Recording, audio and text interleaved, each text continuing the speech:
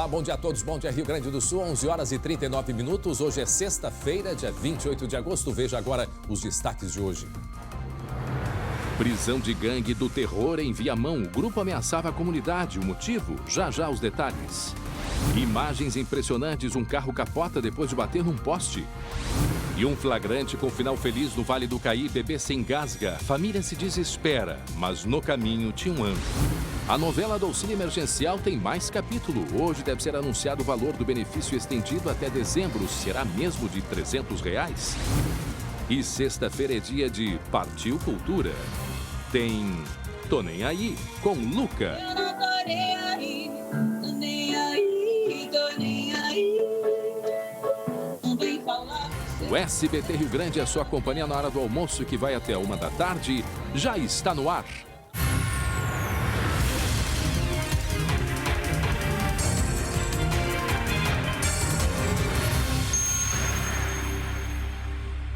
Atenção para essa imagem aí de um flagrante com um final feliz em Montenegro, aqui no Vale do Caí. Prestem atenção no que aconteceu, o desespero de uma família com uma criança, um bebê de apenas 4 meses, que se engasgou enquanto tomava banho. Desesperada, a família percorreu para pedir ajuda. Já a gente te conta os detalhes. É um rápido intervalo. E daqui a pouco a gente volta com muita informação. Inclusive, vamos falar sobre a inauguração de um presídio aqui em Sapucaia do Sul. Inauguração que acontece nesse momento. E daqui a pouco o colega Lucas Abate vai trazer pra gente os detalhes, tá? Tá um pouquinho atrasado, porque já era para ter sido inaugurado há um tempo atrás. Mas pelo menos é um presídio que deve desafogar as delegacias aqui na região metropolitana. Vamos falar sobre isso, sobre o auxílio emergencial também, né? Você não pode perder. A gente vai a um rápido intervalo e em seguida voltamos com muita informação direto até 1 da tarde. Até já. Já estamos de volta com o SBT Rio Grande, agora faltando 15 para o meio-dia. Vamos direto a Sapucaia do Sul, onde está sendo inaugurada neste momento a Penitenciária Estadual de Sapucaia. Está lá o colega Lucas Abate com os detalhes. Lucas. E a gente está acompanhando agora, André, o pronunciamento do governador Eduardo Leite sobre a inauguração dessa nova penitenciária aqui na região metropolitana. Vamos ouvir o que ele está dizendo neste momento. Secretário César Faccioli, pedindo a ele que faça também uso da palavra aqui, podendo se dirigir aos seus funcionários da sociedade gaúcha. Por favor, Faccioli.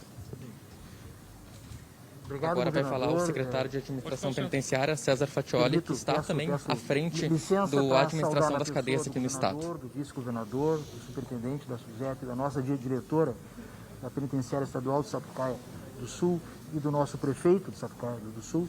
Quero saudar a todos que estão aqui, até porque se eu tivesse que saudar e agradecer, governador, a todos que estão aqui, que não estão aqui e que de uma forma ou de outra têm participação no resultado, na entrega que fazemos hoje, nós passaríamos não amanhã, mas o dia todo.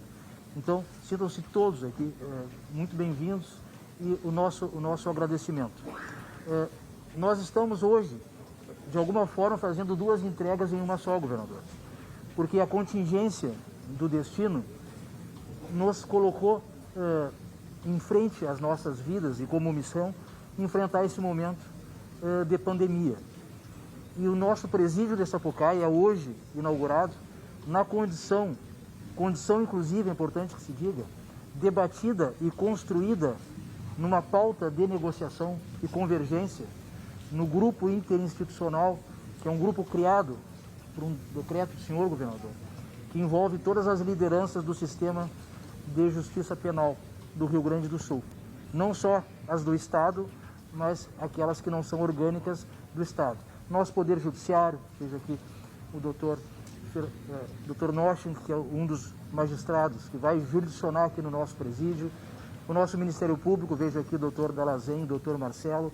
A nossa Defensoria, veja aqui as nossas defensoras.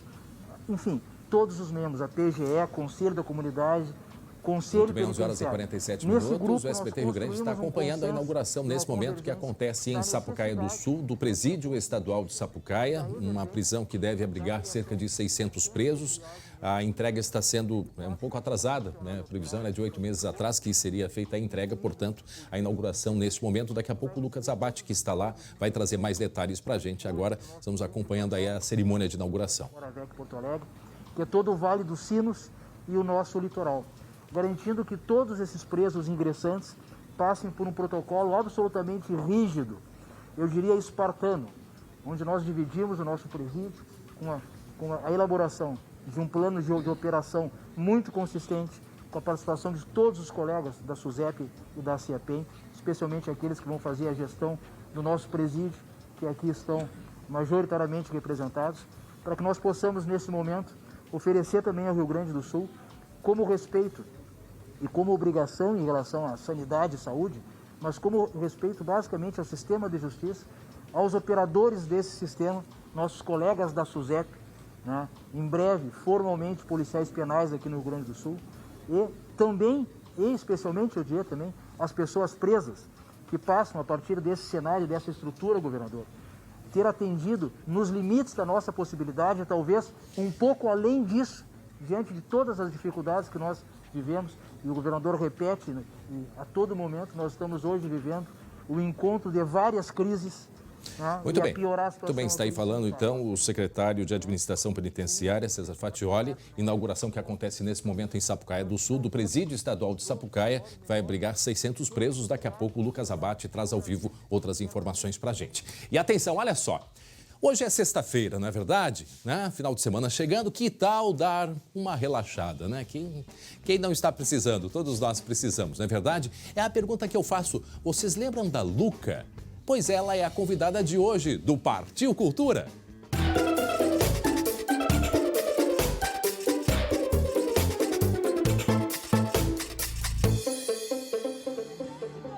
O Partiu Cultura de hoje, ele fala com uma filha da nossa terra, mas que não tá aqui.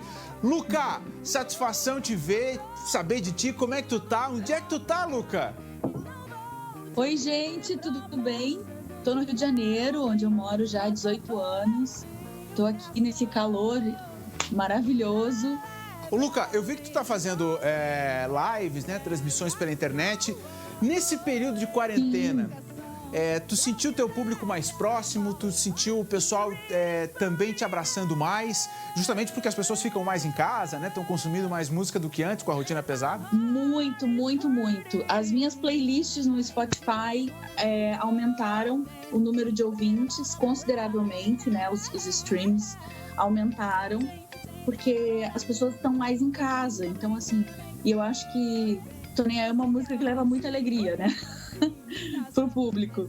Quando eu comecei minha carreira, eu não tinha noção dessa responsabilidade social.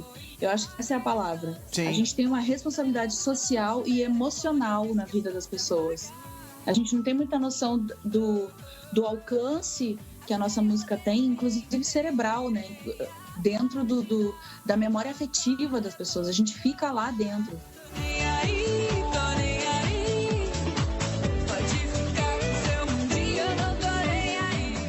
Eu ia te perguntar a tua relação com o Tô Nem Aí, né? Mas eu já vi que a tua relação com o Tô Nem Aí, ela é fantástica. Muitas vezes alguns artistas não gostam porque fica só uma música, né? Mas deixa eu te perguntar, nessa quarentena, a Luca, ela conseguiu fazer alguma coisa, produzir alguma coisa, ou tu tirou um tempo, não, eu vou botar o pé no freio, eu vou me curtir, eu vou ficar quieto? Claro, eu tô sempre produzindo, eu sou compositora. Bom, assim, respondendo a essa pergunta, por exemplo, Los Hermanos nunca mais tocaram Ana Júlia, né? Eles ficaram com problema com a música. Eu nunca tive esse problema com o Tô Nem Aí. Acho que muito pelo contrário, eu tenho uma relação de gratidão, assim, porque a minha vida, Tô Nem Aí mudou minha vida, sabe? Tô Nem Aí é o símbolo do meu sucesso. Sem embaraços, eu tirei todas as chances de ser. Isso aqui eu ganhei das mãos do Silvio Santos. Pô, que legal! Ó, troféu imprensa. Toca um trecho dela. Vou te fazer um pedido que tá óbvio nessa conversa. Toca um trecho dela aí pra gente. Claro. Tô nem aí, tô nem aí. Pode ficar com seu mundinho, eu não tô nem aí. Tô nem aí. Não vem falar dos seus problemas que eu não vou ouvir. Tô nem aí. Muito bem, 11 horas e 52 minutos. Atenção, olha só, 2 pessoas presas em Viamão. Elas faziam parte de uma gangue que ameaçava a comunidade. O motivo? O tráfico de drogas da região. Mas daqui a pouco a gente traz os detalhes. Vamos dar uma escutada. Vamos escutar um pouquinho, olha só.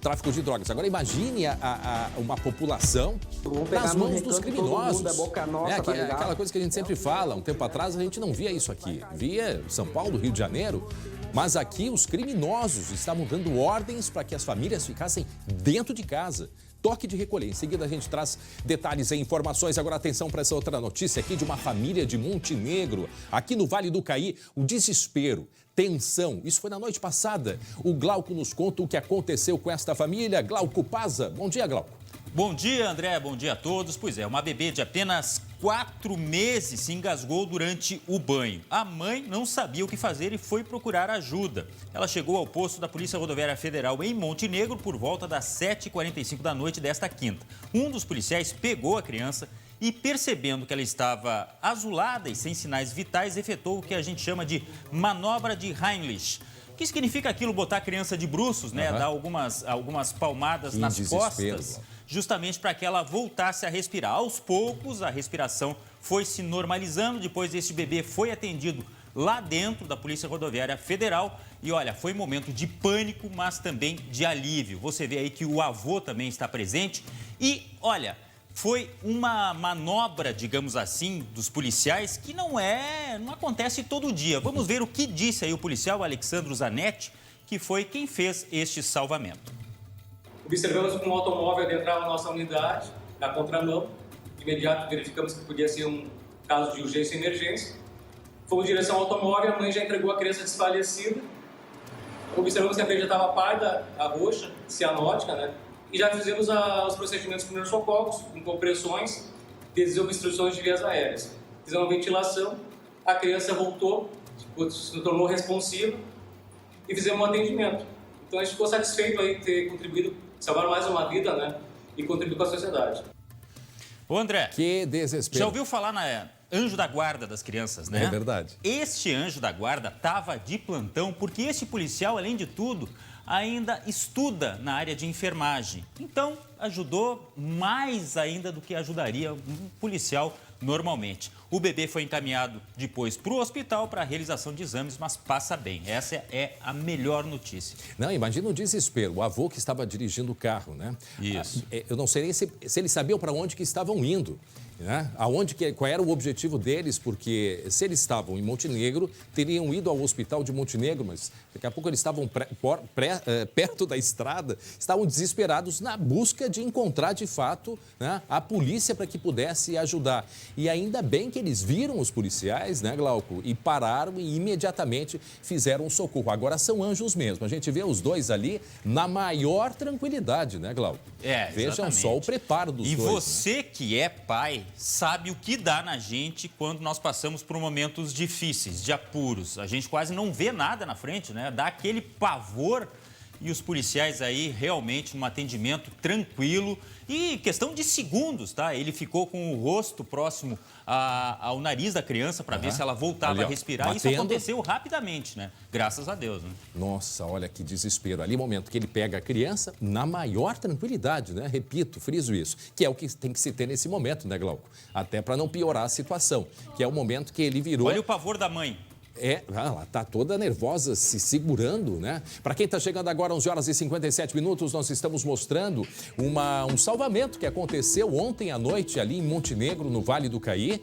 Essa mãe desesperada porque a criança se afogou durante o banho, né? Engoliu água demais e desesperadamente saíram correndo junto com o carro, o avô da criança e ela. E aí, na estrada, encontraram, então, os dois policiais que, rapidamente, com a maior tranquilidade, fizeram o salvamento e trouxeram de volta aí a criança que estava afogada. Olha, mais uma vez, o nosso reconhecimento, né? Os policiais rodoviários federais que prestaram esse atendimento. Coisa boa a gente poder ver, porque foram certeiros, né? E sempre aquele recado. Cuidado com os bebês, né? Na amamentação, na questão do banho, né? Acidentes arrotar domésticos. Depois de mamar, né? Botar para arrotar, isso é importante também, não é verdade, Glauco? Evitar esses pequenos acidentes domésticos que dão um pavor terrível. Né? Muito bem, daqui a pouco a gente volta a conversar. Glauco Paz, 11 horas e 58 minutos, e a polícia divulgou imagens das câmeras de segurança que mostram, né, aquele tiroteio que teve e um bebê que foi baleado dentro do carro na cidade de Passo Fundo, do norte do estado. A colega Luciane Coleman tem as informações, teve contato, né, com a delegada que está investigando esse caso também, né, Lu? Oi, Lu, bom dia. Bom dia, André. Bom dia para o pessoal que também está em casa, que nem eu, assistindo aí o SBT Rio Grande. Pois é, André, ontem a gente falou sobre essas imagens, agora então a polícia divulgou, só que a qualidade das imagens é muito ruim. Na primeira imagem a gente vê 2 homens passando e um deles tem uma faca. E aí 2 minutos depois passa o autor dos tiros acompanhado por um casal. Aí tem uma outra câmera que mostra bem na esquina onde está o trio e ao fundo a dupla que está com a faca. Bem nesse momento passa o carro da família, ou seja, no meio aí desse grupo, né, dessa suposta confusão. A gente não consegue ver os tiros, mas os tiros aconteceram logo em seguida que o carro ali da família passa pelo local. Ele Isso dobra aconteceu ali, na sexta-feira passada. Exatamente, ele dobra. Como o tiro atingiu, né? A delegada disse que provavelmente aconteceu logo em seguida, mas a gente não consegue visualizar. A qualidade é muito ruim, André. Mas assim, na parte mais aqui da esquina, mais aqui da frente, está as 3 pessoas, ou seja, o autor dos tiros e mais o casal, e ao fundo os outros 2 indivíduos. O Taylor Rodrigues Fortes, de 32 anos, ele se entregou à polícia na quarta-feira e confessou ser o autor desses tiros. Só que ele alegou legítima defesa, disse que sofreu uma tentativa de assalto. No depoimento ele disse que atirou para o alto, atirou para o lado, e aí um desses tiros, então, acabou atravessando o vidro traseiro da família e atingindo o bebê de 1 ano e 9 meses, o Eric Boeira, na cabeça. A polícia não confirma a versão do preso e eu conversei agora, então, há pouco com a delegada, a Daniela Mineto, lá de Passo Fundo, e ela disse que identificou o casal que estava com esse homem e que isso foi muito importante para a investigação. Vamos ver o que ela falou. Nós identificamos, então, esse homem e essa mulher que acompanhavam o autor dos disparos. Eles confirmaram, naquele momento, que o indivíduo preso por nós era efetivamente o autor dos disparos e alegaram que houve uma ameaça com faca por aqueles outros 2 indivíduos. A alegação do assalto dele nos é bastante estranha dentro da posição dele dentro daquele bairro e também por ser muito conhecido no local. É claro que a gente está buscando a identidade ou alguém que nos indique a identidade desses indivíduos, mas nós consideramos já o caso solucionado. Ô Lu, a gente... Pois é, né, André? Só quero botar a imagem de novo aqui, coloquem a imagem, porque fecha bem com o depoimento da mãe, que eles não tinham percebido, né? Deixa eu mostrar aqui a imagem, ó. Tá aqui o momento que eles estão passando e em seguida vai aparecer, né, o carro, vai aparecer o carro em seguida, ó. O carro vem, ele dobra a esquina, ele vai até mais adiante, que é onde deve ter acontecido o tiro nesse ponto, e ainda ele dobra à direita, Lu. Ele dobra o carro à direita, a gente consegue perceber que o carro dobrou à direita e foi. E aí, nesse momento, né, Lu, que aí eles foram perceber, e foi exatamente o que a mãe disse, né? Que eles não tinham percebido na hora. Só que o atirador, você vê que ele tá pra cá. Aqueles 2 que estão lá no fundo seriam os que estão com a faca. Alvo. Então, na verdade, o tiro, deve ter acontecido nessa rua, né? Antes deles dobrarem, e aí quando eles dobraram que ela viu que a criança tava... Deve ter sido muito rápido, né, André? Mas fecha bem com o que ela disse. Eles não perceberam na hora, claro. O carro chegou a dobrar, porque nessa hora que dobrou já tinham disparado o tiro, certamente, né? Já tinham disparado e aí perceberam. Não tem como ver na imagem o tiro, né? E olha só, André, o acusado, ele não entregou a arma, a delegada confirmou que foi um revólver calibre 38. O Taylor Fortes, ele então deve ser indiciado por tentativa de homicídio e por porte ilegal de arma. Lembrando que ele tem uma extensa lista aí de antecedentes, tá? Ela disse que os principais, então, é tráfico de drogas e homicídio. E ela só está aguardando, então, o atestado do menino para encaminhar o inquérito para a justiça. Lembrando que ele já está preso, né, no presídio regional de Passo Fundo. E olha só uma notícia boa, André. O menino, ele deve ir para o quarto hoje, lá no Hospital São Vicente de Paulo, exatamente. Inspira cuidados, mas ele deve ir para o quarto e a gente está aqui torcendo pela recuperação desse bebê, do Eric Boi. Vamos continuar acompanhando. Obrigado, Luciane Coman. Agora, 12:03. E olha só, 4 pessoas morreram na noite de ontem em um acidente que aconteceu em Canoas, na região metropolitana. Como é que foi esse acidente? Nossa, que batida, Glauco. Pois é, a imagem dá uma ideia do que foi este choque, este acidente, né? Que aconteceu na Avenida Santos Ferreira, no bairro Marechal Rondon. Uma câmera de um estabelecimento ali próximo registrou o momento em que o motorista perdeu o controle e o veículo bateu contra uma lixeira. Este impacto que você está vendo aí realmente muito forte. 4 jovens com idades entre 20 e 30 anos morreram na hora. Os bombeiros foram acionados porque as vítimas ficaram presas às ferragens. Até agora, a única pessoa identificada entre as vítimas se chama Lucas Tempe Souto, de 20 anos. Nossa. O veículo estava com licenciamento irregular. Algumas pessoas estavam por ali, moradores, né? Nós temos depoimentos. Vamos acompanhar o primeiro depoimento a respeito de como foi este acidente. Eu escutei um estouro muito forte, eu estava já com a minha esposa e meus filhos dormindo. E aí eu vim à sacada para ver. E aí já estava o carro capotado, né? Quebra-mola ou uma lombada eletrônica, que eles possam... Aqui o povo do banco não pode atravessar, a gente não pode atravessar para levar lanche para eles. Então quer dizer assim, ó, que é necessário. É, Glauco, mas a gente observa que vieram de uma curva, né? E bateram nessa lixeira. Isso. A impressão que dá é que não viu a curva, que ele veio em linha reta. Nesse segundo depoimento, a gente observa que tem a curva. Se vocês chegassem a observar ali, no depoimento dessa senhora, vamos botar rapidamente, se for possível, a imagem. Ali vem de uma curva e a sensação que dá é que eles não viram, né? Que o motorista não viu, porque ele vai em linha reta e atinge essa lixeira. E por isso que a gente vê, parecia um canteiro, né? O motivo é que tem que ser bem apurado. Será que ele não viu porque não conhecia o local, porque estava em alta velocidade e mesmo assim não teria como manobrar, né?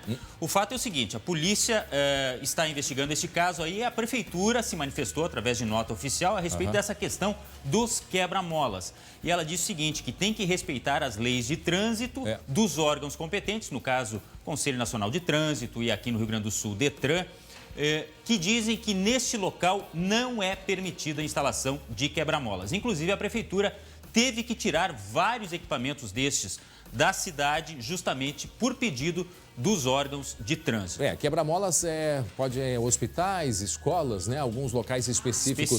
Uma outra observação que eu faço, ele quase que bate num poste, Glauco. Ele chegou a livrar o poste, ali o poste. Ó. Ele passa do lado do poste, não bate no poste, mas infelizmente atinge em cheio essa lixeira e no fim virou, né? Capotou. De fato, tem que acompanhar e até identificar os outros, né? Porque pelo que a gente sabe, apenas um foi identificado. A polícia ainda está trabalhando nisso e só uma coisa a respeito desse assunto mais, André. Uma das pessoas, e esta seria a vítima Lucas, de 20 anos, seria estudante de Direito, mas ainda não há confirmação oficial por parte da polícia. E até do que de fato aconteceu, né? Ok, obrigado, Glauco. Bom, e olha só, 12:06, vamos falar daquele caso do pastor aqui no Vale dos Sinos. Lembra daquele pastor de Novo Hamburgo que aplicava golpes em fiéis? Pois é, o juiz aceitou a denúncia contra ele por estes golpes. E do Vale dos Sinos, a Aline Schneider vai conversar agora com a gente para dar detalhes. Oi, Aline Schneider, boa tarde. Esse é aquele caso que eles tinha uma história de uma herança que para conseguir buscar essa herança precisava da ajuda dos fiéis, aí fizeram uma vaquinha e deu no que deu. É essa história aí, Aline Schneider?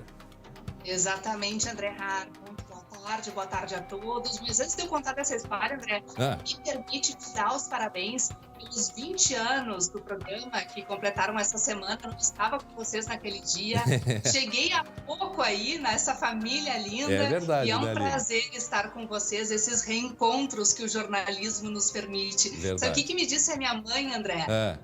O André tá tão feliz que eu até acho que ele vai sair dançando pelo estúdio uma hora dessas. Mas estão me fazendo dançar e correr. Eu tô fazendo o Cooper todo dia aqui, viu, Aline? Mas eu gosto, viu? Eu gosto. Quem te conhece, André, há tanto tempo, percebe o quanto é sincero e verdadeiro essa tua alegria que realmente transmite E é isso que cativa tantas pessoas. E o pessoal aqui é ótimo, né? Não, e a gente, todo mundo trabalha junto aqui, é muito bacana, é um grupo excepcional e a gente ainda volta a conversar sobre isso em outra oportunidade, mesmo ter chegado há pouco tempo. Eu também estou há pouco tempo, estou há pouco mais de um ano aqui, mas a gente vai conversar porque tu também já está fazendo parte dessa história dos 20 anos do SBT Rio Grande, os 39 anos do SBT aqui no Rio Grande do Sul, né, Aline? Que alegria. Bom, vamos para a notícia então, né? Vamos lá. Sim. Foi aceita essa denúncia contra o pastor que chegou a ficar preso por 3 dias, foi solto depois disso porque ele não tinha antecedentes criminais, André. Já o comparsa dele permanece retido na penitenciária modulada de Montenegro porque ele já responde por estelionato em São Paulo. Não é a primeira vez que ele teria praticado crimes, André. Os agentes, eles, quando foram presos, chegaram a apreender veículos na casa dos suspeitos quando aconteceu essa investigação. E sim, como tu comentaste, né, a história é exatamente essa. O que esse comparsa alegava? Que ele teria uma herança de 5 bilhões de reais. Meu Deus do céu. Então ele era descendente de algum daqueles magnatas do petróleo, né? Algo assim, 5 bilhões de herança. E a história, né, Aline? E a história, então, começou por esses 5 bilhões. E aí, o que ele dizia mais?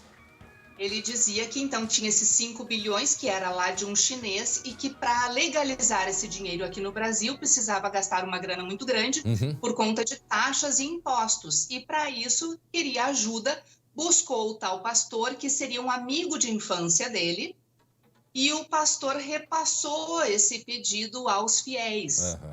Para a família do pastor, eu conversei com esses familiares no dia seguinte que o pastor foi preso, porque eu estive lá nessa igreja no dia seguinte. E os familiares estavam perplexos, assim como as próprias vítimas que denunciaram. Porque essas pessoas que ajudaram, achando que receberiam um valor em troca, imagina, só uma família aqui de Novo Hamburgo contribuiu com 250 mil reais. Que era o dinheiro que precisava, não era? Com certeza, teve uma aposentada que entregou toda a aposentadoria de 12 mil reais na mão desse golpista, né? Bom, Aline, só para quem está chegando agora, muita gente chegando com a gente, 12:10, converso com a Aline Schneider, direto do Vale dos Sinos, sobre o caso deste pastor, né? Que junto com um comparsa estavam pedindo dinheiro, mas esse pedido de dinheiro não era para reformar a igreja, não era para obras sociais, era uma graninha que eles precisavam para um desses dois aí poder resgatar uma herança que ganhou de 5 bilhões de reais lá na China. E aí, para colocar advogados na história, precisava de um valor de cerca de 250 mil. Aí tiveram a ideia de pedir ajuda para os fiéis e, infelizmente, né, os fiéis que tanto acreditam, né, tanto acreditavam, que tanto apostavam, né, foram lá, deram o que tinha, o que podiam. Essa senhora que tu acaba de falar pra gente, deu toda a aposentadoria dela para esses dois, mas na verdade essa história aí era mais furada do que qualquer outra coisa. Como é que eles iriam desconfiar do pastor, né, André? Agora, os familiares do pastor alegam, afirmam que o próprio pastor também foi vítima desse tal amigo, que o pastor não sabia de nada, que quis ajudar, que acreditou nesse comparsa, que também foi vítima, assim como as pessoas lesadas. A polícia não acredita nessa história. Para a polícia, o pastor sabia sim que se tratava de um golpe. O fato é que quando esse comparsa foi preso, olha só essa parte da história. Quando o comparsa foi preso, a polícia estava lá na casa do comparsa, chegou para prender ele e deu de cara com 2 homens que tinham vindo de São Paulo, especialmente para o Rio Grande do Sul, para cobrar o quê?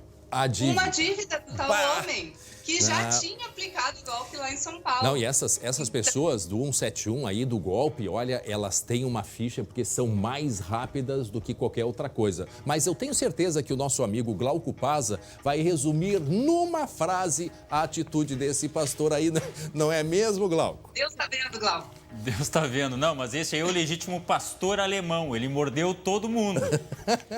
É ou não é? É, pior que é. Olha, eu só imagino o desespero dessas pessoas de caírem nesse golpe acreditando E hoje, bom, elas se sentem no mínimo, né? O que tu vai sentir numa hora dessas, né? É a pessoa que caiu num golpe achando que teria um benefício, porque ele ia pagar essa dívida, né? E então, acreditaram nessa história. Elas repassaram, essa família, né? Só uma família repassou 250 mil reais. E elas receberiam em troca 4 milhões. Sim, então, assim, era uma... Se fosse verdade, ia ser bem legal, né, André? Não era juros de poupança, né? Digamos assim, que era algo que era para retribuir mesmo, mas também com 5 bilhões, né? Eu te pergunto o seguinte, André. Não tenho 5 bilhões. Não tem. Será que uma pessoa dessas dormia bem à noite? Nossa. Quem? Dos dois não estão nem aí, né? Os dois, tu diz de quem ajudou? Não. Que são inocentes, né? Eles dizem que pastor, são inocentes. Alguém que mexe com a fé das pessoas... Né? Em nome de Deus, como é que consegue dormir? Consegue. Esse pessoal do 171 aí, eu vou te dizer, eles não estão nem aí. Como a música da Luca, que a gente mostrou há pouco. Tô nem aí, tô nem aí.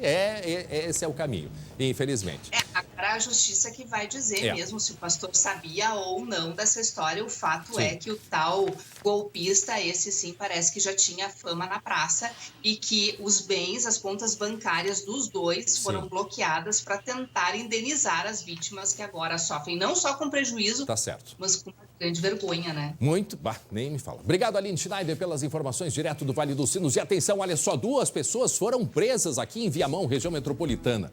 Por quê? Porque elas faziam parte da gangue, uma gangue que ameaçava a comunidade e tudo a ver com o tráfico de drogas. Daqui a pouco a gente traz os detalhes e as informações. 12h14 agora, um flagrante de assalto no bairro Montserrat, aqui em Porto Alegre. Há horas que nós estamos falando sobre a violência no bairro Montserrat. E o Glauco tem os detalhes porque de dia, né, Glauco? Assim, o pessoal lá passeando e tal, e o crime rolando. Pois é, durante a tarde dá para ver o sol aí, né? Foi na quarta-feira que aconteceu isso. Um elemento criminoso acima de qualquer suspeita, parece. Olha só, bem vestido. Não dá nem aparência, se é que isso existe hoje, né? Aparência de criminoso, não existe. Mas 2 pessoas estavam caminhando, como você viu aí, levando o cachorro para passear e de repente são abordados por este criminoso que está armado, ameaça esses 2 homens, pede o celular e como quem não quer nada, como quem está passeando, vai comprar pão, sai andando pela rua. Aí com mais o celular da vítima no bolso. E isso não é novidade, infelizmente, naquela região. A gente já mostrou aqui, inclusive. Pois é, foi há pouquinho tempo, não foi? Foi há pouco tempo, a gente está vendo aí, ó. Aí é do Rio Branco, ali na escada pertinho, né? Do Rio Branco, do bairro Rio Branco. Mas tem também casos no bairro Auxiliadora, casos no bairro Moinhos de Vento, principalmente de roubos a celular. Você vê que os criminosos chegam como quem não quer nada, né? Abordam as vítimas, mas intimidam, falam alto, ameaçam essas vítimas e levam principalmente celulares. Esse caso aí foi de uma clínica, né? Que ele foi também, foi pedir informação, foi lá e conseguiu levar o telefone celular. Nesse caso aí ele se deu mal, sabe por quê? Porque ela disse que não tinha nada, ela não tinha nem celular, nem carteira, ela já tinha saído de casa sem nada. Ele ameaçou e acabou dando meia volta, tá? Mas e esse em é o outro casos... Aquele é outro que eu lembrei que a gente tinha mostrado rapidamente. Esse aí, a senhora caminhando ali e o rapaz... Até o porte é parecido, né? De todos esses 3. Olha, né? há informações de que são basicamente 2 ou 3 pessoas, sempre as mesmas. Ou com touca diferente, ou com máscara diferente, mas que seriam as mesmas pessoas. Né? Peruca daqui a pouco. Muito bem. 12h16. Está na hora agora da gente falar de esporte aqui no SBT Rio Grande.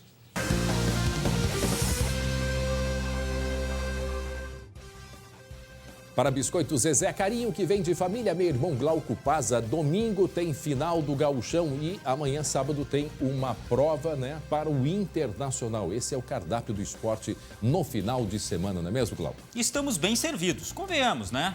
Tudo começa neste sábado, em que o Internacional enfrenta o Botafogo no Rio de Janeiro. Lembrando, Inter líder do Campeonato Brasileiro. Sim, senhor. Apesar de tudo que falaram do técnico Cudê, ele tá aí, ó, com o Internacional liderando a competição. Agora, não falta problema pro Internacional, viu? Hoje parece sexta-feira 13, mas não é. É sexta, mas não é 13. Acontece o seguinte, ó. O Internacional tem seus problemas de lesão e agora tem os convidados. Conhece essa? Os convidados. Não é convidados, convidados. Pois é. É que os exames apontaram mais 2 casos positivos de Covid-19 no grupo, que são o Peglov, que é atacante, e o Lucas Ribeiro, que é defensor, zagueiro. Ou seja, mais problemas para o técnico Kudê, que não tem atacante, tá? O William Potker está machucado, o Guerreiro já estava machucado antes. O Yuri Alberto, que é uma opção, o garoto que foi contratado agora, também se machucou. Ô, Urucubaca, hein? Kudê, como é que se fala na Argentina? Mãe de santo. Vamos lá, procura alguém aí para dar uma ajuda. Menos mal, viu, André? Que o Inter foi às compras e está chegando aí a mais nova encomenda colorada. E nós vamos ver, inclusive, com o meu colega Jeremias Werneck, que é um cara muito entendido de mercado nacional, internacional. Tudo ele sabe, tudo ele vê. O Inter está trazendo mais um gringo, um uruguaio, Abel Hernandes, 30 anos. Meu caro Jeremias, quem é o Abel?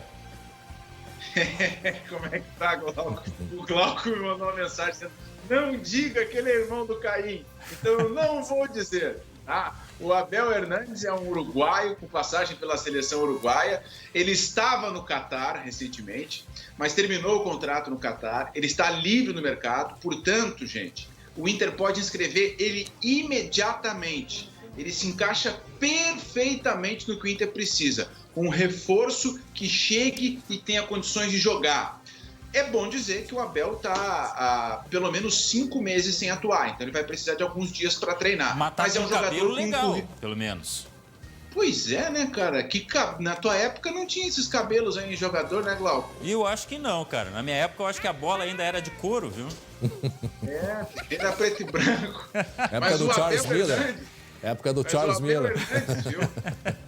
O Abel Hernandes tem um currículo pesado. Jogou na Inglaterra, jogou na Rússia, jogou campeonatos com a seleção uruguaia. É um atacante que joga pelo lado do campo e também lá dentro da área.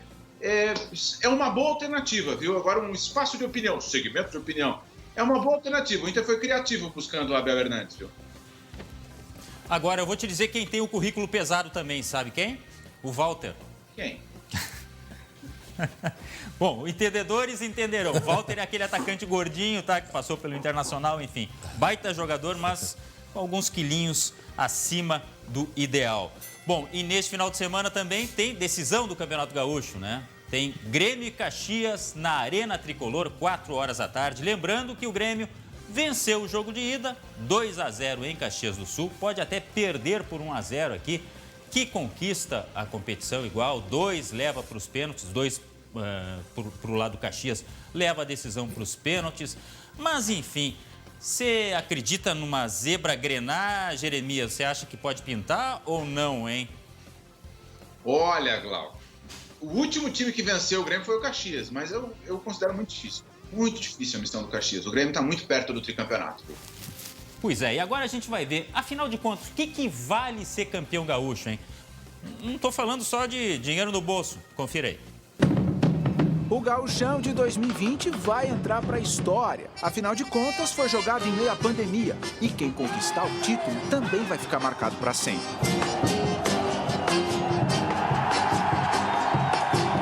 Se o Caxias reverter o placar do primeiro jogo contra o Grêmio, se torna o primeiro clube do interior com 2 títulos estaduais desde 1938.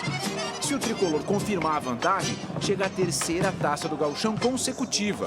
Algo que não acontece há mais de 3 décadas. Se o assunto é história, o último tricampeonato gaúcho do Grêmio foi conquistado ali, no Estádio Olímpico. Assim como o time atual, a equipe daquela época conseguiu uma série de títulos. Mas a conquista de 1987 foi especial. Era o primeiro Grêmio de Filipão e o título veio com vitória avassaladora no Grenal. Um jogo que nós sabíamos da dificuldade, porque o Grenal não se tem jogo fácil, né? Mas conseguimos em apenas 20 minutos fazer 3-0. Todo mundo pensava até que era uma goleada, mas o Internacional reagiu, fez 3-2 ainda no primeiro tempo. Mas graças a Deus nós conseguimos esse título que foi importantíssimo para mim, principalmente, né? Que estava chegando no Grêmio, e também mais um troféu para a galeria, né? O gauchão da pandemia é também um prato cheio para quem quer ser campeão. É mais uma foto na parede, é mais uma faixa no peito, é mais uma história que a gente constrói no clube. A gente vai em busca. A gente sempre tem quebrado os recordes aqui no Grêmio e esse é mais um que a gente pode quebrar depois de muitos anos. Então, que seja histórico. E é histórico mesmo, né? Porque em plena pandemia é uma decisão bastante diferente do que todo mundo vai falar, estamos todos né, acostumados, né? Todo mundo vai falar lá na frente, lembra daquele campeonato que foi disputado sem torcida, no meio da pandemia? Eu vi agora o Jorge Veras, amigo do Cláudio Tafarel, né? Também os mais velhos vão lembrar disso. Agora, Jeremias, é aquela história, né? Explica essa história aí agora. Quem é mais novo, como eu, como o André Tafarel, dizem os mais velhos, não é da minha época, levava muito gol fácil do Jorge Veras. É uma brincadeira, aquele folclore de futebol. Agora, Tafarel jogava muito e chegava no Grenal, viu, Jorge Veras. Agora tem o seguinte, né, ô Jeremias? Ganhar o gauchão pode ser pouco, mas não ganhar é horrível, né? Essa é que é a verdade. É verdade. É o que tem para jogar. E aí, se não ganha, se não chega na final... O D'Alessandro falou essa frase durante muito tempo porque o Inter chegava na final e ganhava o gauchão e o Grêmio não.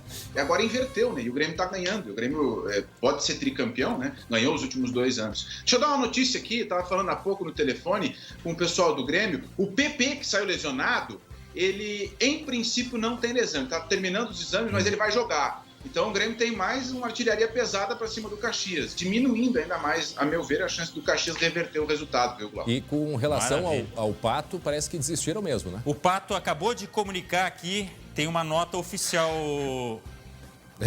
Posso ler, André? Pode. É porque ele estava até reclamando que ele não tinha se pronunciado, na verdade. Ele se pronunciou agora. Ele está dizendo o seguinte, quack.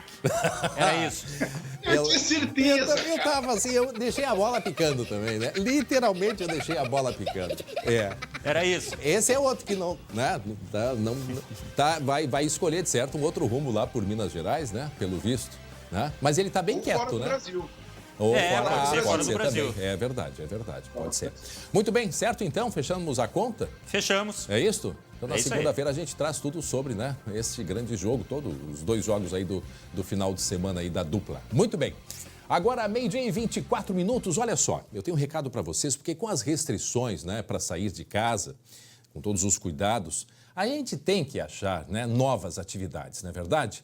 Lá em casa, por exemplo, nós começamos a tentar novas receitas com os produtos de quem? Acertou? Das Biscoitos Zezé. E toda sexta-feira eu levo alguma coisa para mim ou vou lá comprar. Tem como fazer palha italiana com o mignon, né? O mignonzinho pequenininho que uns chamam de vovó sentada. Tem o folhado doce ou bolacha Maria que você também pode usar para fazer pavê e, olha, muito mais. Então faça aí na sua casa, aproveitem o final de semana, né? E aproveite para ver quanto que é criativo que cada um de vocês pode ser estando em casa, testando a habilidade na cozinha. De qualquer forma, o importante mesmo é reunir a família para novas atividades. Aquelas famílias que já estão dentro de casa, continuam dentro de casa se cuidando, não pode estar com alguma familiar que queira, vai fazer um chá das 5 pelas redes sociais, através de uma videoconferência. É assim que tem que fazer nesse período de pandemia. Agora, olha só a surpresa da Biscoitos Zezé. Para comemorar a semana de aniversário do SBT e do SBT Rio Grande, a Biscoitos Zezé vai presentear, atenção, os 3 primeiros telespectadores que ligarem para este número que está aparecendo. Ai. Os 3 primeiros que ligarem. Olha aqui, Glauco Paza. Alô, Glauco. Oi, André. Tudo bem? Tudo ótimo. O que seria agora aí, Glauco? Não, eu quero te perguntar o seguinte. Pavê, esse pavê tem para comer também? Dá para ser ou não? Tem aqui, ó. Tá cheio aqui, ó, Glauco. Tá, então eu sou candidato. Já liguei, eu sou o primeiro, viu? Mas é o seguinte, os 3 primeiros que ligarem para aquele número da tela e não para o meu celular, Glauco. Eu dou um jeito de arrumar um pacotinho para ti, tá bom? Tá bom, poxa vida, Glauco Paza. Olha só. Então, ó, 3230-5244. Te aquieta aí, Glauco Paza. 32 30 5244. Os 3 primeiros que ligarem vão levar um pacote como esse de presente da Biscoito Zezé. Olha, esse aqui tem o folhado doce e tem também o mignon. Então tá aí o telefone, os 3 primeiros que ligarem vão receber cada um esta sacola do SBT com Biscoito Zezé. Biscoito Zezé, carinho que vem de família. 12h e 27 minutos, 12h e 27. Olha só, ladrões, cara de tábua. Quê? Eles roubaram o quê? Uma tábua. Isso foi roubado. Roubaram uma tábua. Isso aconteceu aonde? No norte do estado. É no norte do estado. Daqui a pouco a gente vai falar sobre isso. Mas que barbaridade, atacaram uma construção, mas a polícia não deixou por menos. Daqui a pouco a gente traz os detalhes. E agora, atenção, vamos falar do auxílio emergencial. A Caixa Econômica inicia hoje o pagamento do auxílio emergencial do chamado Ciclo 2. Ao todo, 4 milhões de brasileiros terão direito a receber esse benefício. E será que você é um deles? Nós vamos agora conversar com o colega Lucas Abate, que tem informações sobre o auxílio emergencial. Boa tarde, Lucas Abate. Boa tarde, André. Boa tarde a todos. Nesse novo ciclo de pagamentos que começa hoje, 3 grupos serão beneficiados. Claro, aqueles que estão recebendo todas as parcelas desde o início. O grupo também dos que fizeram aquele cadastro quando foi aberta a possibilidade de fazer nas agências dos Correios entre 2 de junho e 8 de julho, e também aquelas pessoas que foram negadas no primeiro momento, contestaram a decisão e recorreram e ganharam o direito pelo aplicativo do auxílio emergencial ou até mesmo diretamente pelo Dataprev. Esses 3 grupos vão receber ao longo do ciclo 2, começa o pagamento hoje, uma parcela para os nascidos aniversariantes do mês de janeiro vão receber os R$600. Todos recebem, independente do lote em que a pessoa está enquadrada. Mas é bom lembrar, André, que esse recurso entra primeiro no aplicativo Caixa Tem, onde a pessoa pode fazer algumas movimentações, como, por exemplo, pagar boletos, usar o cartão de débito virtual, e a liberação do recurso para saque ou transferência só ocorre mais à frente. Por exemplo, os que estão recebendo o recurso hoje só vão fazer o saque no dia 19 de setembro. Então, esse é o início do calendário do ciclo 2, que vai se estender até o dia 30 de dezembro, liberando uma média aí a cada 4 dias a liberação de um novo mês de aniversariantes, André. Agora, importante a gente chamar a atenção mais uma vez. Essa semana conversamos, com o ministro da Cidadania, o Onyx Lorenzoni, e muitas pessoas ainda enfrentam problemas. Isso é fato, é real. Em alguns casos, Lucas, ainda tem a mensagem dizendo que está em processamento, Então, o ministro disse, não tem mais nada em processamento. O que é para ser, é para ser. Então, neste caso, é importante que as pessoas entrem em contato. Principalmente 2 caminhos, que é com a Defensoria Pública da União, não é verdade, Lucas? Essa é uma possibilidade. Tudo através do site. Entra no site da Defensoria e ali vai preenchendo todas as perguntas que tem, vai seguindo um caminho que já é muito didático e facilitado, justamente para que as pessoas não tenham dificuldade. Então, através da Defensoria Pública. E qual é a outra possibilidade, Lucas? Também diretamente pelo site do Dataprev, que as pessoas podem fazer a contestação desses dados diretamente no site do Dataprev, uma espécie de recurso para contestar uma decisão anterior. André, tu falou dos problemas causados, a representação dos problemas. Está aqui, essa agência da Caixa Econômica Federal no centro de Esteio. Nossa. Olha só o tamanho da fila por aqui. Parece aquelas filas que a gente via lá no início, ainda do auxílio emergencial, quando tinha muitas dúvidas, quando tinha problemas no aplicativo Caixa Tem. Tem, inclusive, algumas pessoas que estão revoltadas, bastante irritadas aqui, devido aos problemas no auxílio emergencial. Algumas me disseram que receberam uma primeira parcela, não receberam as restantes. Tem gente que está com aquele problema de bloqueio do aplicativo Caixa Tem por conta das fraudes, que a Caixa bloqueou algumas contas e as pessoas têm que se apresentar pessoalmente numa agência da Caixa para fazer a liberação e aí dessa tem que ir pra conta. fila, Então, por isso que tem uma longa fila e uma aglomeração aqui do lado de fora dessa agência da Caixa Econômica Federal. André, no meio de tudo isso, uma boa notícia, vamos dizer assim, é que quem teve pagamento retido, tem muita gente que reclamou, por exemplo, recebia a primeira, a segunda e na terceira não recebi mais. Então, esses pagamentos que foram retidos, até mesmo por alguma suspeita de fraude, por alguma inconsistência de dados, esses pagamentos serão feitos dentro de um mesmo ciclo. Ou seja, se a pessoa não recebeu a parcela anterior,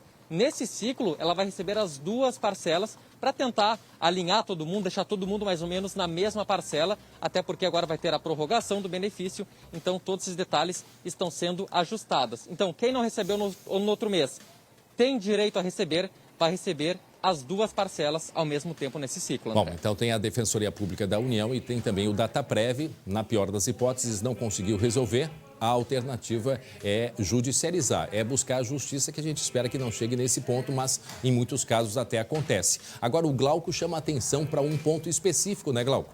Pois é, a questão da Defensoria Pública da União estar sobrecarregada. São muitos pedidos e várias pessoas nos perguntam quanto tempo vai demorar. Depois que eu contestei, as coisas parecem que não andam, né? O tempo vai passando e a gente não recebe uma resposta da Defensoria. É justamente por causa desta sobrecarga. E não há como dar uma previsão exata de tempo para sair este resultado, né? É isso aí. Bom, daqui a pouco a gente volta a conversar então, Lucas Abate, e mais uma vez, né, Lucas, a gente chamando a atenção para esta fila. Vamos mostrar a fila aí na frente da Caixa Econômica Federal aí em... Tu estás em Esteio ou Sapucaia? Perdão, me perdi aqui. Tu estás aonde agora? Na agência da Caixa Econômica Federal de Esteio, centro de Esteio. Certo. Olha, por cima, André, pelo menos umas 50, até 100 pessoas aqui aguardando atendimento na Caixa. Lembrando que o atendimento encerra às 2 horas da tarde, já estão começando a distribuir algumas senhas, ou seja, quem está na fila vai ser atendido. E a gente viu há pouco, tem lá uma senhora da Caixa ali que faz a segurança pedindo o afastamento. Ó, importante isso, ó. Nesse momento ela está ali de marrom, pedindo para que as pessoas se afastem. Importante esse trabalho também que vem fazendo a Caixa Econômica Federal. Lucas, se for possível, vê se vai ter alguma agência abrindo amanhã, porque em muitos casos as agências também abriam no sábado para atender essas pessoas. Conseguir essa informação para a gente, daqui a pouco então nós vamos confirmar. Bom, em seguida falamos mais sobre a Caixa Econômica Federal e o auxílio emergencial, que deve ser anunciado, né? Agora, hoje, é a previsão que seja anunciado o novo valor que deve ser entregue aí às pessoas, né? Deve ser oportunizado para as pessoas até o mês de dezembro o auxílio emergencial. 12h e 34 minutos, por falar em auxílio emergencial, falamos aí de pandemia e um dos assuntos, né, mais quentes deste momento é a questão da volta às aulas, né? Este é o assunto que tem mais se falado. Agora, por exemplo, no domingo, novamente o BRIC da Redenção, começa volta, né, a ter o BRIC da Redenção, depois de 5 meses. E aí a pergunta que se faz, mas se o BRIC já está voltando, o comércio está voltando, o porquê das aulas ainda não estarem retornando? Sobre isto, olha só que conversa importante que nós vamos ter agora.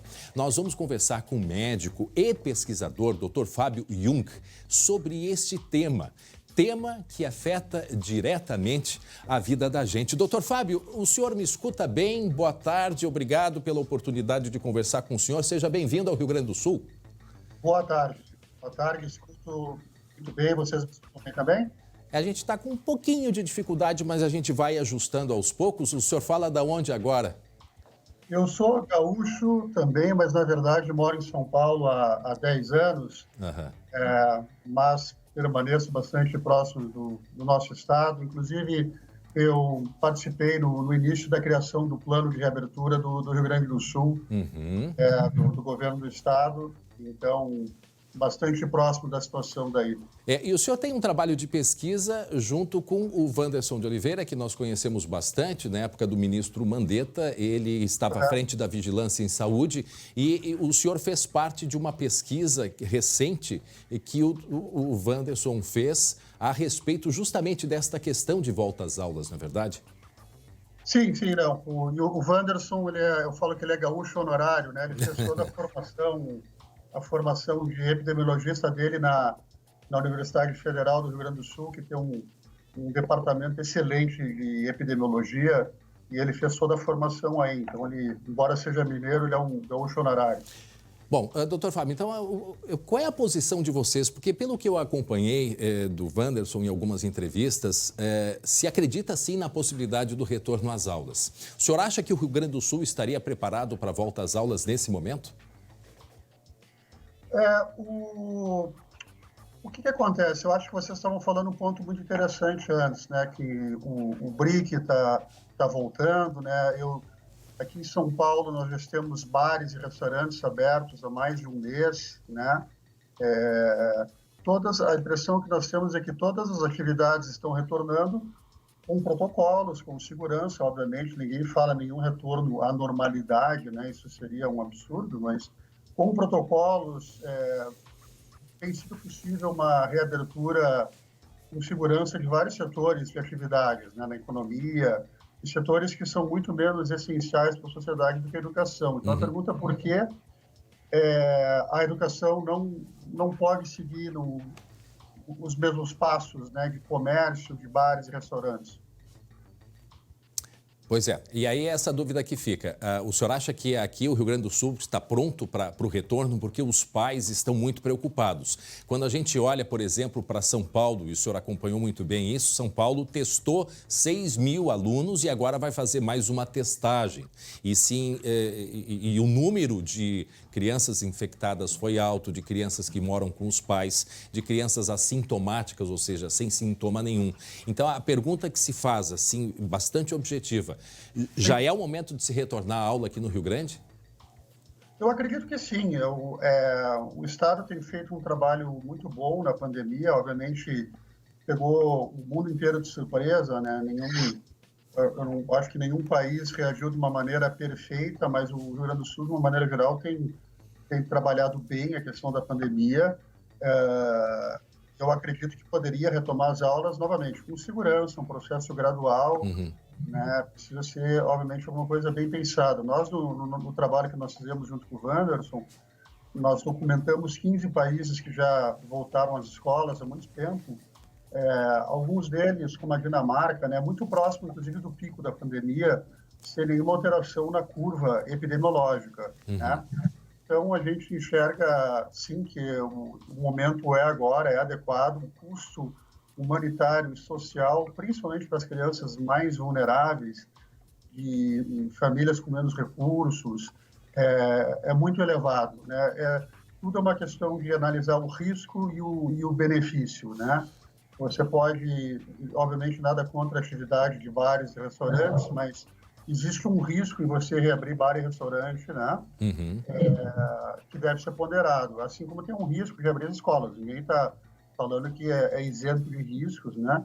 Mas certamente o benefício para a sociedade, principalmente para as crianças, que deveria ser a nossa prioridade, ele em larga escala supera os riscos. O meu colega Glauco tem uma pergunta para o senhor, né, Glauco? Muito boa tarde, é um prazer falar com o senhor. Eu gostaria de lhe perguntar a respeito se vocês trabalham com diferenciação de escola privada e escola pública. Eu pergunto pelo seguinte, porque na escola pública as dificuldades são imensas, inclusive do Estado até em fiscalizar o cumprimento sanitário das normas, enfim. Isso seria uma diferenciação para vocês também? Porque escola particular, de repente, seria muito mais fácil controlar pelo poder aquisitivo de comprar o álcool gel, de contratar profissionais para manter um rigor maior no protocolo? Boa tarde, Glauco. Excelente pergunta. A gente acredita que não. O nosso trabalho, nós mapeamos esses 15 países, inclusive as medidas tomadas não são medidas caras, que exigem investimento pesado, uma reestruturação da área física das escolas, são coisas simples. Uso de máscara, que pode ser de tecido, um distanciamento de, em alguns lugares, 1 metro, em outros 1,5 metro, outros são mais rigorosos, 2 metros, mas no mínimo de 1 metro, né? Privilegiar atividades ao ar livre, né? Agora é que no início da primavera no estado isso deveria ser mais fácil. Criança com sintoma, doente, não vai para a escola, são medidas relativamente simples, que requerem vontade, né, de execução, mas não requer um recurso muito grande que uma escola pública não poderia oferecer para os seus estudantes. Bom, eu quero mais uma vez agradecer. Nós temos ainda muitas perguntas para o senhor. 12h e 41 minutos, muitas pessoas chegando, muitos pais, muitos alunos também acompanhando com a gente essa conversa com o Dr. Fábio, que é gaúcho, né? Dr. Fábio Jung, e que fez recentemente uma pesquisa sobre essa questão da volta às aulas. A minha pergunta agora é baseada em outros países. Muitos países retrocederam, doutor. Voltaram às aulas e aí começou uma disseminação do vírus e cancelaram, voltaram à aula online. A gente teria, né, aqui no Rio Grande do Sul, por exemplo, essa condição de se retomar, não correndo esse risco. O que eles fizeram de errado lá que a gente não pode repetir aqui? Não, veja bem, em primeiro lugar, eu acho que todo plano de reabertura tem que partir da premissa que talvez seja necessário um retrocesso temporário, né? O plano de distanciamento social controlado do Rio Grande do Sul, ele parte dessa premissa e houve várias regiões, né, que foram de amarelo para laranja, de laranja para vermelho, depois voltaram para laranja, depois voltaram para vermelho. Essa necessidade de ajuste, ela tem que ser considerada que provavelmente vai acontecer, né? Então, eu não vejo nenhum problema quanto a isso. Acho que a vigilância sanitária epidemiológica pode detectar eventuais questões de surto ou aumento na casuística e decretar uma volta para uma atividade online ou híbrida. O que a gente acompanha é que os pais estão muito preocupados, até porque essa recente pesquisa de Oxford, mostrando que as crianças têm a carga viral maior do que pessoas que, inclusive, internadas em UTI, isso assusta bastante, né, doutor? Quanto a isso, assim, só terminando o ponto que você falou, acho que o único país que realmente teve mais dificuldades foi Israel, que fizeram uma abertura muito acelerada, né? Também coincidiu com uma onda de calor, daí autorizaram as crianças a não usar máscara. Realmente, eles mesmos reconhecem que cometeram alguns equívocos. Mas nós temos, da mesma maneira, países, inclusive países que não são países, ditos países mais ricos, né? Como Uruguai, Vietnã, Camboja, Portugal, que reabriram suas escolas, países que têm um nível socioeconômico similar ou inferior ao do Rio Grande do Sul e que abriram com sucesso, né, e com milhões de crianças voltando às aulas. Em relação aos pais, eu também sou pai, eu tenho um filho de 8 e uma filha de 3 anos, eu compreendo perfeitamente a ansiedade, é natural. Está claro que o risco para crianças é muito baixo, inclusive inferior ao risco da gripe, né? Até a estatística nos Estados Unidos, até 12 de agosto, do Centro para Controle de Doenças, que é o CDC, né, que é o órgão máximo lá de vigilância sanitária, havia na faixa de 0 a 14 anos, então uma faixa bem ampla, crianças de 0 a 14, 49 mortes por coronavírus, né? E na mesma época, havia, na mesma faixa etária e época, 106 mortes por gripe. É mais do que o dobro de mortes por gripe, né? Obviamente, é uma coisa lastimável, mas infelizmente acontece, né? Crianças morrem de gripe e nos Estados Unidos é mais do que 2 vezes de gripe do que de coronavírus. Então, os pais precisam ficar tranquilos, é extremamente improvável que os filhos deles vão ter qualquer complicação mais grave. Essa é uma doença muito benigna em crianças, com risco inferior ao da gripe H1N1. Muito bem. Doutor, eu também queria saber, começar pelos menores ou pelos maiores, mas pelo que o senhor diz, pode ser tanto indiferente, mas desde que seja com todos os cuidados, né? Me parece que fica claro isso. Exato. Eu acho que sim. Teve países que começaram com educação de ensino médio, outros começaram com infantil. Eu acho importante ter protocolos claros e, como eu falei, não são protocolos complexos que exigem você fazer, né, construir uma redoma em volta de cada carteira para o aluno sentar, uma coisa relativamente simples. Doutor Fábio Jung, muito obrigado mais uma vez pela conversa com a gente. Em outra oportunidade, vamos conversar, porque eu acho que também é importante que os pais escutem bastante o senhor, porque tem muitos pais. A gente recebe muitas manifestações de pais que estão preocupados. Um grande abraço, doutor Fábio Jung, gaúcho, e que participou dessa pesquisa junto com o Wanderson de Oliveira. Todos lembram o Wanderson quando esteve à frente, né, da Vigilância em Saúde. Eu recebo nesse momento aqui, o Conselho Estadual de Direitos Humanos do Rio Grande do Sul aprovou na manhã de hoje recomendação para que as aulas presenciais não sejam retomadas no Rio Grande do Sul. Não adianta, é uma discussão que a gente vai continuar certamente nos próximos dias. 12h e 46 minutos e olha só, terror aqui na região metropolitana. A polícia prendeu 2 criminosos envolvidos em homicídios aqui em Viamão. E o grupo também ameaçava os moradores com toque de recolher, quer dizer, desespero total. Os detalhes agora na tela. Brota, balinha! Brota que nós quer! Aí, ó. É a brota que nós... O recado dos criminosos é para a facção rival. Uma resposta às ameaças feitas anteriormente por outro grupo criminoso, que busca dominar uma boca do tráfico de drogas em Viamão. Vamos pegar no recanto todo mundo, é boca nossa, tá ligado? É os leão, que tiver na boca do recanto vai cair. Peguemos um amiguinho de vocês, vamos pegar o outro. Foi para intimidar esses moradores aqui da região do Recanto da Lagoa, para que aqueles criminosos chegassem aqui e realmente dominassem a região, essa questão da disputa de pontos de tráfico. Outra mensagem foi gravada por uma motorista de aplicativo alertando os colegas. Recanto da Lagoa não é para entrar. Eles acabaram de passar nas casas avisando que não é para ninguém sair de dentro de casa. Não é para entrar carro estranho. Então, se vocês pegarem corrida para o Recanto da Lagoa, aqui em Viamão, cancelem. Hoje vão invadir ali. Segundo a polícia, a disputa resultou na morte de 2 pessoas no mês de junho, uma de cada facção. Os mandados foram cumpridos em diversas casas do bairro conhecido como Recanto da Lagoa, em Viamão. Segundo a polícia, é um local que está dominado pelo tráfico de drogas. Nessa casa, por exemplo, onde os policiais acreditam que havia o consumo de drogas, a busca por armas e também por entorpecentes. A mulher que estava na residência conseguiu fugir. A mulher não era alvo da operação e não foi mais localizada pelos policiais, que chegaram a atirar para o chão na tentativa de impedir a fuga. 3 alvos da polícia têm envolvimento em uma das mortes. 2 foram presos.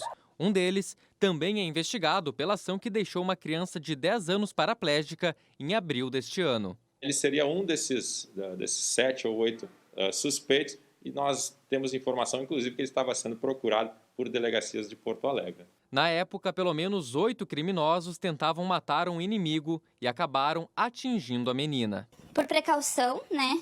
Também por medo. A gente não tem condições psicológicas também de continuar lá, né?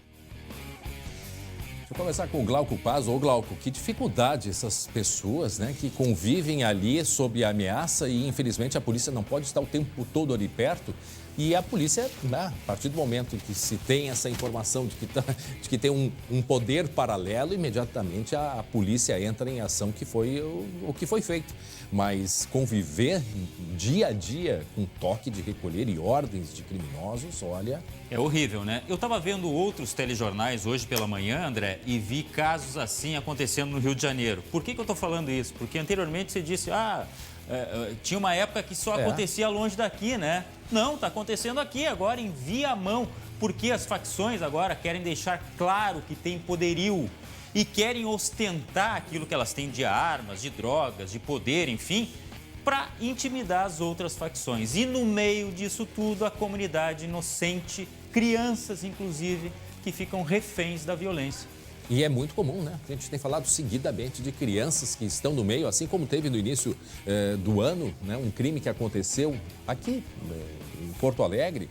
O Lucas domina bem sobre esse caso aí, porque ele acompanhou bastante. Não sei se o Lucas está nos ouvindo, mas é um caso de um bebê que estava no colo e o criminoso entrou porque ele tinha ordens de atirar em alguém, algo assim absurdo. E essa criança morreu no colo da mãe. Nós tivemos o caso ali do Partenon, né? Não sei se é esse que você está falando. É o caso ali, tem um nome de uma vila ali, a ordem era atirar em quem quer que fosse para mostrar justamente o poder, né?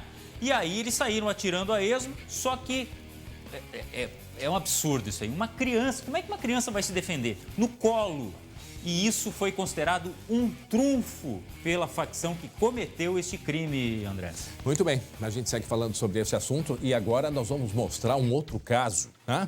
É um outro caso que não tão grave, né, como esse caso que nós mostramos, mas é assim que começa, Glauco. É assim que começa. Porque eles não tiveram vergonha nenhuma, absolutamente, muito pelo contrário. Conta pra gente o que esses aí estavam carregando e parece que tiveram que continuar mesmo com a chegada da polícia para trazer de volta, para levar de volta da onde eles pegaram. Ah, não, é hora que eles estão sendo abordados ali, ó. Eles estavam querendo construir um futuro, tá? O problema é que era com tábuas furtadas e aí não pode. Esse futuro não pode ser assim, tá? Aconteceu em Passo Fundo, no norte do estado, foi ontem. Esses bandidos aí simplesmente entraram numa obra que ficava no centro da cidade para roubar os produtos, os materiais de construção, inclusive as tábuas. E aí, moradores observaram tudo, chamaram a polícia, que flagrou estes homens aí. Eles foram levados para a delegacia, mas tinha que levar também o produto furtado. E aí, o que a polícia fez? Bom, vocês levaram até aqui, então levem para a delegacia também as tábuas. É o mínimo que tinha que fazer, né? Isso, botaram nas costas e levaram as tábuas para a delegacia. Detalhe, 2 homens que foram flagrados têm ampla ficha criminal. Não tem nada de bom nessa ficha aí, é só coisa ruim, tá? E agora acrescentaram ali, ó, caras de pau, ou seja, caras de tábua, porque levaram a tábua da construção. Nada de tábuas da lei, né? Eles não tinham conhecimento nenhum a respeito. Tanto é que estavam ali roubando, mas foram pegos no flagra, né? E olha o desespero. Quando eles vão ficar fora de ação, eu não sei. Ah, boa, essa é outra história. Mas aquele de trás ali largou olha a revolta dele. A raiva. Assim. Poxa vida, tava dando tudo certo até aqui. Começaram a pagar a pena aí já. Já tudo certo. Ele chega, empurra assim, uma má vontade pro canto, viu que ele vaza assim. Poxa vida, deu tudo errado, né? Mas foram lá e tiveram que devolver a tábua. Infelizmente, a gente gostaria que não voltassem a cometer crimes, mas bom, agora só depende deles. Muito bem, vamos falar do auxílio emergencial agora? Vamos falar do auxílio emergencial? Pois é, tá todo mundo na expectativa, né? Pelo anúncio do governo a respeito do valor que vai ser pago até o mês de dezembro. Lucas Abate, o presidente da República, garantiu nem 200, nem 600 reais. Mas aí a gente pode ter 300, pode ter 400, pode ter 500. Mas hoje parece que chega ao fim esse mistério, Lucas.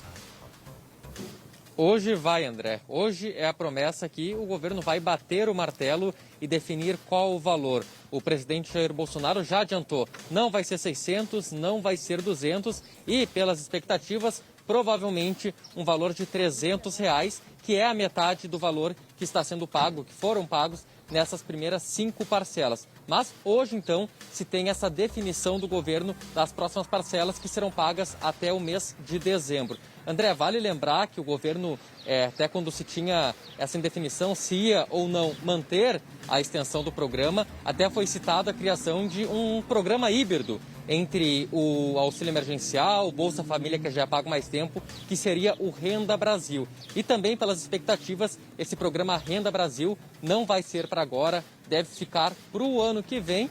E se tem até mesmo uma previsão de que, se esse programa não começar a vigorar, não ser implantado ainda neste ano, o auxílio emergencial, nesse valor de 300 ou qualquer outro valor que seja anunciado hoje pelo governo, pode ainda ser estendido para o ano que vem. Mas a definição, por enquanto, só é o auxílio emergencial sendo estendido até no mês de dezembro, com o valor certo sendo divulgado ainda hoje pelo governo federal. Portanto, faltando 5:01, muita gente querendo saber, Lucas Abate, sobre o que nós estamos falando. E nós estamos falando, sim, do auxílio emergencial.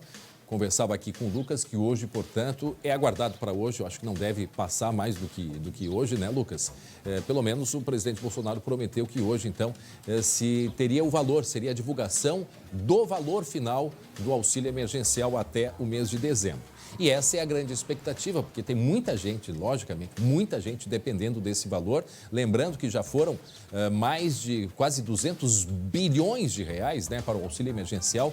O governo diz que gasta cerca de 50 bilhões de reais por mês, mas até dezembro o valor não vai poder ser de 600 reais. Então fica essa expectativa, se fala muito nos 300, né, Lucas?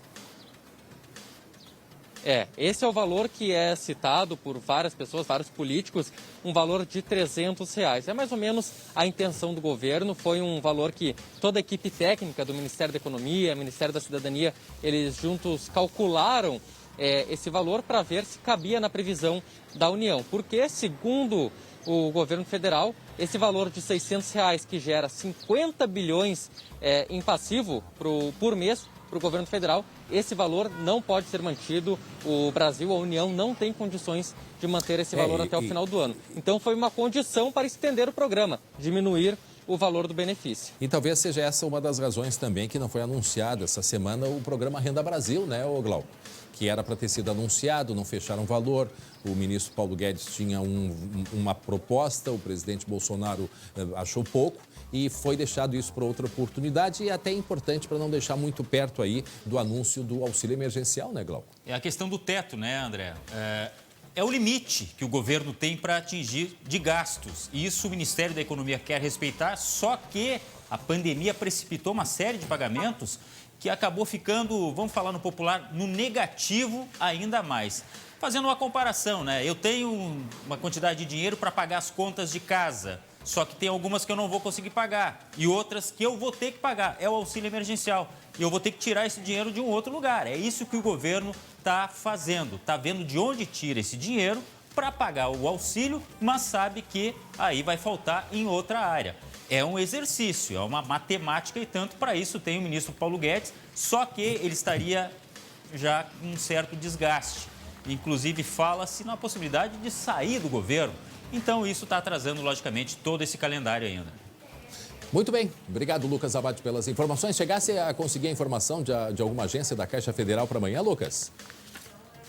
Sim, André, até ia completar essa informação esse agora, Lucas não. Nenhuma agência da Caixa Econômica Federal Esse Lucas é uma coisa incrível. O rapaz, assim, é uma máquina. É uma máquina da informação. Então tá, e aí? Conta pra gente. Não, mas tem muita gente ajudando aqui, André. O WhatsApp aqui, ó, muita gente mandando informação. Então, o pessoal da produção confirmou pra gente que nenhuma agência da Caixa Econômica Federal vai abrir amanhã. Tá. Então tá, importante esclarecimento. E o pessoal parece que se distanciou mais aí nesta agência aí em Esteio. O pessoal estava muito amontoado ali para pedir informação, para entrar na agência da Caixa Federal. E aí foi ali uma pessoa da segurança pedindo para o pessoal dar um chegão para lá, porque não pode amontoar. E esta é a regra número 1 em termos de distanciamento social. Obrigado, Lucas Abate, pelas informações. E por falar em distanciamento social, né, Glauco? Olha só. O tradicional, Glauco, Brick da Redenção e outras feiras livres vão abrir novamente. O decreto foi publicado pela Prefeitura nesta quinta-feira. Portanto, domingo vai ter Brick, mas o pessoal vai ter que se cuidar também.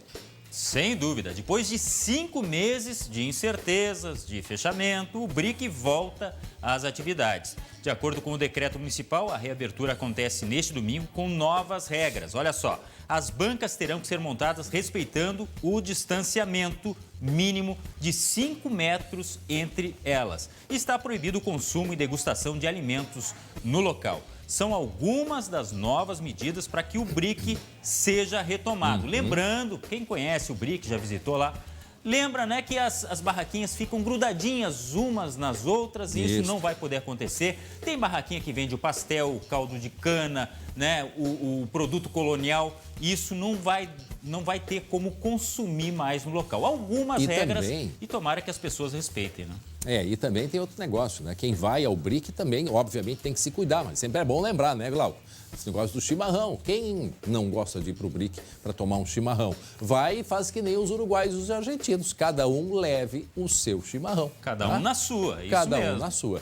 não é Isso verdade? mesmo, cada um no seu quadrado. Então, que bom. A gente está vendo aí a volta do BRIC da Redenção. Há pouco falávamos sobre a volta às aulas. Acho que é uma discussão que deve ser feita até de conscientização. Eu compreendo a angústia de muitos pais e eu acho que os pais precisam, né, ouvir muito, né, todos os lados, porque, vejam só, a pesquisa feita pela equipe do Wanderson Oliveira, que era, né, da Vigilância em Saúde, indica que não, que as aulas podem ser retomadas desde que com os cuidados básicos e essenciais. Então, eles não veem problema para isso, mediante a todo o cenário que a gente vive. E use a máscara. Resumindo, se der para resumir rápido, use a máscara. Vá no BRIC com máscara. Ah, sem dúvida. Olha só, para quem vai a sacolinha do SBT com delícias, não vai para ti nada. Com delícias da Biscoito Zezé, folhado doce, a Daniele Fonseca, a Silvia Mara da Silva e o Paulo Clotino Prit. Foram os rápidos no telefone, os 3 vão ganhar, então, em homenagem aos 20 anos do SBT Rio Grande. Não, toda sexta-feira eu sempre te dou algum pacotinho de Biscoito Zezé. Mas no sábado já não tem mais. A gente fica por aqui, encerrando com imagens impressionantes de uma pessoa pendurada em andaime durante a programação. A gente vai ter mais detalhes, isso foi em Passo Fundo por causa do vento. Então, olha aí, imagem, no segunda edição, outras informações, imagem de Passo Fundo.